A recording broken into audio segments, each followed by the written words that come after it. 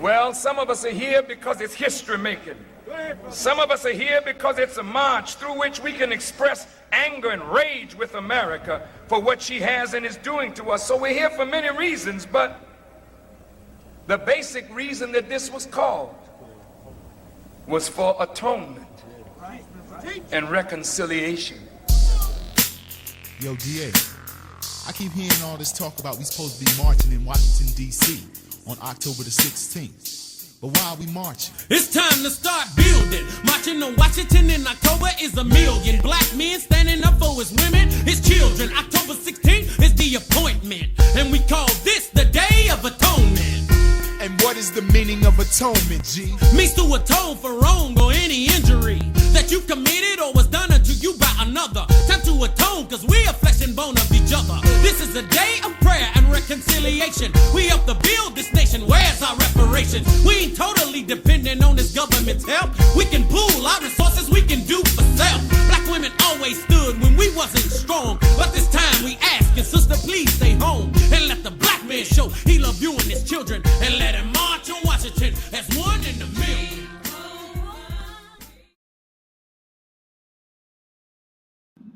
Throughout world history, large black gatherings have often been seen as turning points in social movements, from independence rallies to peaceful marches like the Million Man March.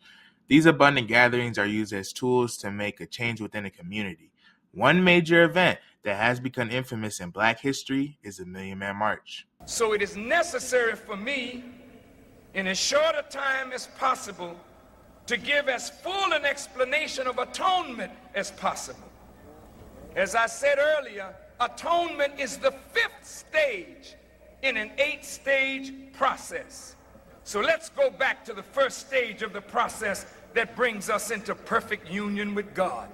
And the first stage is the most difficult of all, because when we are wrong and we are not aware of it, someone has to point out the wrong.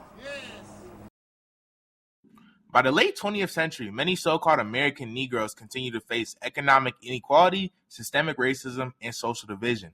In response, organizers like the Black Panther Party and the Nation of Islam sought ways to encourage unity and Saviours Day, and the rebuilding of our black nation.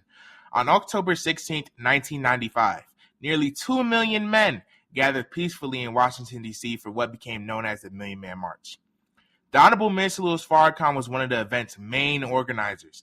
He delivered a speech calling for personal accountability and social change. Historically, the march is remembered as one of the latest peaceful gatherings in U.S. history. Similar mass movements have appeared through history, from anti-colonial marches in Africa to independence movements in Asia. Large gatherings have often symbolized a demand for dignity and self-determination.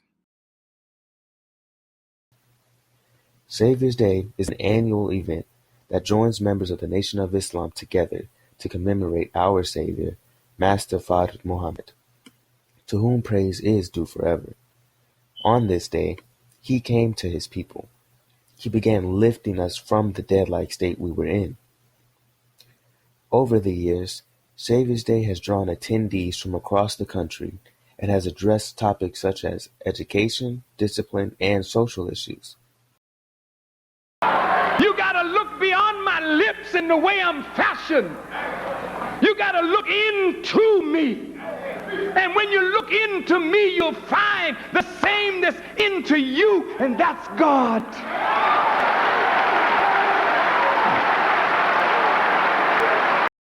The Million Man March and Saviours Day reflect broader themes seen throughout world history: unity, leadership, and organized collective actions. We brothers of the Nation of Islam Youth are pleased to have presented to you our Million Man March and Saviours Day Mass Movements in Modern History presentation. Assalamu alaikum, and thank you for your time.